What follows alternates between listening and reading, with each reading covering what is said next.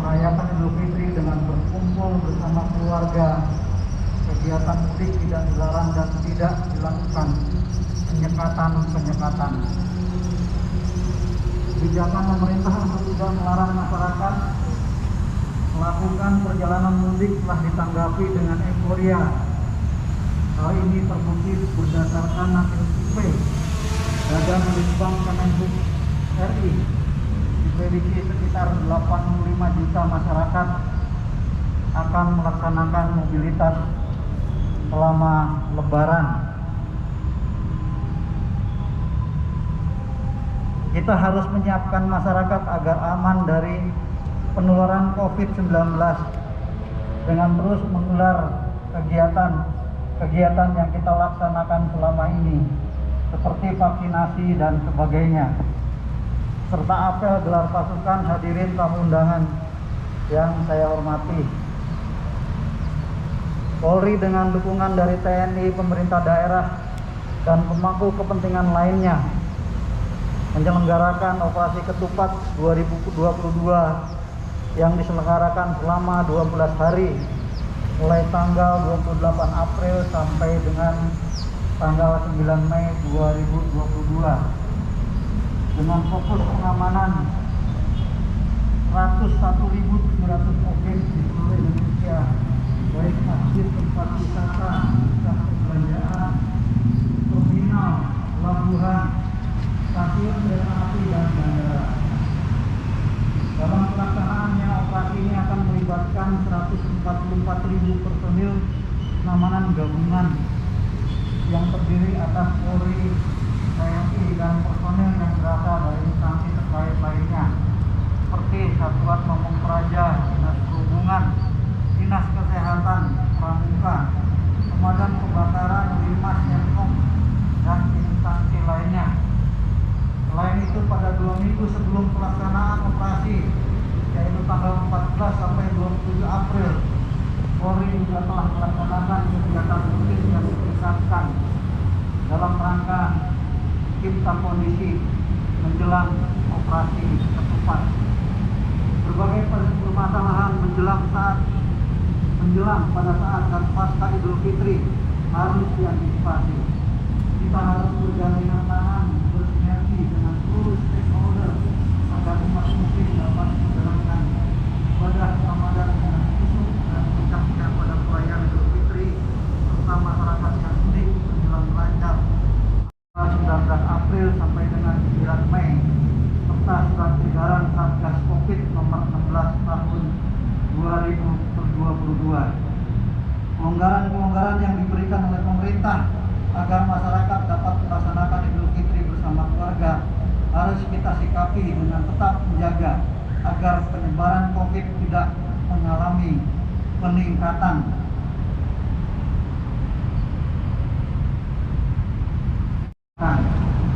Berdasarkan mapping kerawanan yang telah dilakukan, terdapat beberapa prediksi gangguan kamtipmas yang harus kita antisipasi, antara lain ancaman terorisme, premanisme, aksi sweeping, kenaikan harga dan kelangkaan bahan pokok, antrian dan kelangkaan BBM, kejahatan konvensional, penyakit masyarakat, konflik buruh terkait THR, balap liar, dan sebagainya. Kerumunan masyarakat yang berpotensi menyebabkan penularan COVID-19 maupun ancaman bencana alam seperti banjir dan tanah longsor sebagai dampak dari musim penghujan. Oleh karena itu, operasi Ketupat 22 harus dilaksanakan secara optimal. Perjalanan mudik maupun balik berjalan lancar, aman, dan sehat. Kejahatan dan gangguan kamtipmas kecil apapun harus kita cegah dan antisipasi. Ketika operasi ini berhasil, masyarakat dapat melaksanakan aktivitas ibadah Idul Fitri 1443 Hijriah dengan aman dan sehat, baik dari gangguan kamtipmas maupun dari bahaya COVID-19. Untuk itu, laksanakan operasi ini dengan penuh rasa tanggung jawab dengan dukungan penuh dari masyarakat. Hadirin dan peserta apel yang saya hormati, dalam kesempatan yang penuh semangat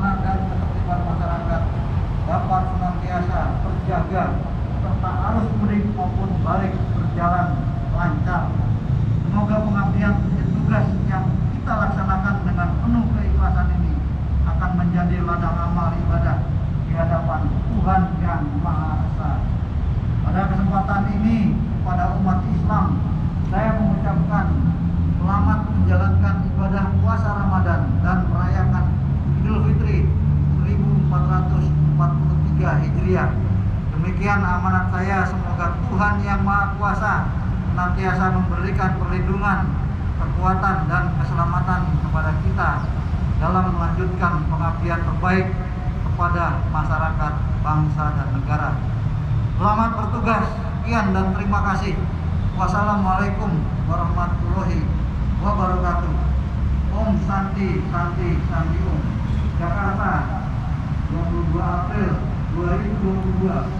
Kepala Kepolisian Negara Republik Indonesia ditandatangani Dr. Andes Listio Sigit Prabowo, MSI, Jenderal Polisi.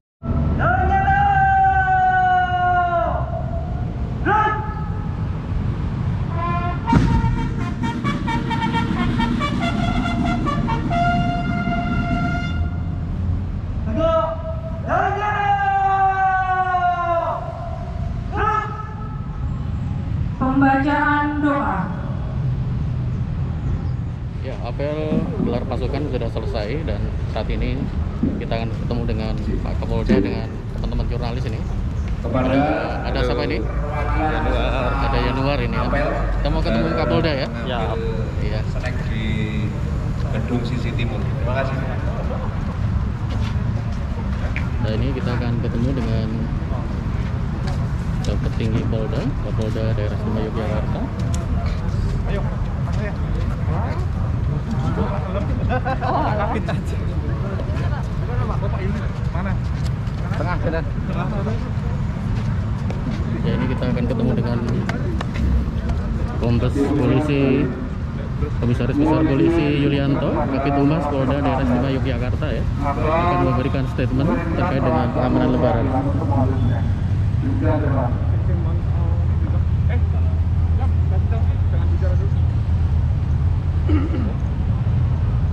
Apa?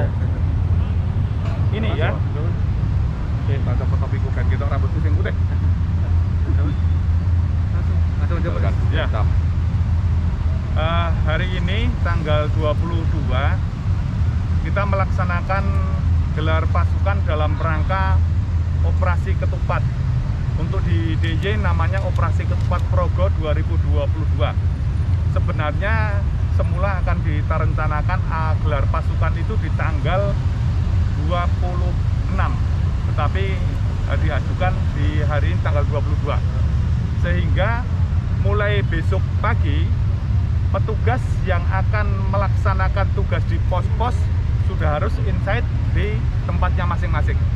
Ini adalah untuk mengantisipasi pergerakan-pergerakan yang dari masyarakat yang mungkin mudik duluan, mungkin meninggalkan kota lebih dahulu, sehingga kita bisa pastikan atau kita laksanakan pengamanan semaksimal mungkin. Kita bisa melakukan pelayanan kepada saudara-saudara kita yang mudik maupun keluar dari Jogja maupun masuk ke Jogja. Pak, total ada berapa Pak? Ya, Total ada berapa Pak? Posnya ada 16, kemudian ada pos siannya ada 6. Pak, secara nasional kan akan diberlakukan one way dan ganjil genap, Pak. Apakah DIY juga akan mengikuti itu melihat situasinya, Pak? One way itu diberlakukan di jalan tol, ya. One way, ganjil genap akan diberlakukan di jalan tol, sehingga untuk saat ini untuk wilayah DIY belum diberlakukan untuk pengaturan ganjil genap. Pak, itu kerawanan di DIY Pak? Ya, kalau titik kerawanan tentu yang pertama adalah jalan atau pintu masuk ke DIY. Ada 4 pintu masuk, ya. Di Kulon Progo. Kulon Progo sebenarnya ada 2, kemudian di wilayah Tempel, kemudian di Prambanan, dan ada di Gunung Kidul. Nah, titik-titik itu juga menjadi tempat kerawanan untuk saudara-saudara kita yang akan masuk ataupun sekedar melintas. Termasuk jalan baru yang ada di JJLS itu juga termasuk dalam kawasan yang rawan. Apa kerawanannya di situ? Itu jalan baru yang bisa saja orang ngebut di situ sehingga kecelakaan dan lain sebagainya. Nah, selain itu juga tentu di simpang-simpang, titik simpul-simpul yang selama ini juga berpotensi atau selama ini ada kemacetan, kerutan. Tentu seperti halnya di dalam kota itu di hari-hari biasa pun kepadatan arus kendaraan di Yogyakarta juga teman-teman juga bisa melihat. Itu titik rawan dari segi arus lalu lintas.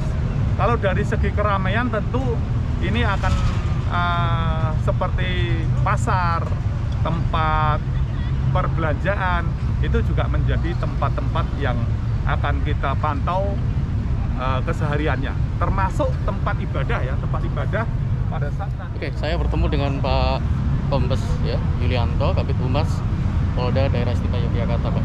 Persiapannya apa, Pak? Ini kan Persiapan apa? persiapan untuk pengamanan Lebaran, Pak, yang lebih khusus lagi, Pak, di Yogyakarta, Pak. Daerah wisata pastinya akan ramai sekali, Pak. Ya wisata orang apa namanya silaturahmi itu kan juga perlu diwaspadai.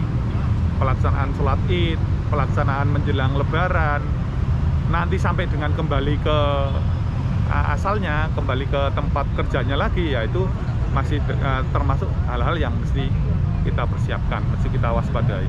Pak, 2 tahun kan ngempet, Pak. Nggak ada mudik ini, Pak ya. Kemungkinan besar jalan-jalan di kota Jogja terutama penuh ya, terutama untuk menuju jalur wisata, Pak. Ya. Pasti warga kan bersulau juga, warga Jogja lah, Pak ya. Nah, ini gimana, Pak? Ya, warga Jogja yang memang stay di Jogja, liburan itu masih setiap saat ada. Jadi mungkin warga Jogja yang memang selama ini stay di Jogja kasih kesempatan buat orang luar Jogja untuk berwisata di Jogja, menikmati wisata di Jogja, ya. Kita yang selama ini tinggal di Jogja, tinggal di rumah dulu. Sementara tinggal di rumah dulu, biarlah tamu saudara-saudara kita yang jauh menikmati indahnya Jogja. Ya, prediksi Jalan Wonosari, Jalan Parangtritis, apalagi, Pak? Ya, menuju ke pantai, ke Kaliurang, Malioboro, kemudian tempat kuliner dan lain sebagainya. Oke, Pak Yuli, sukses selalu ya, Pak ya. Ya.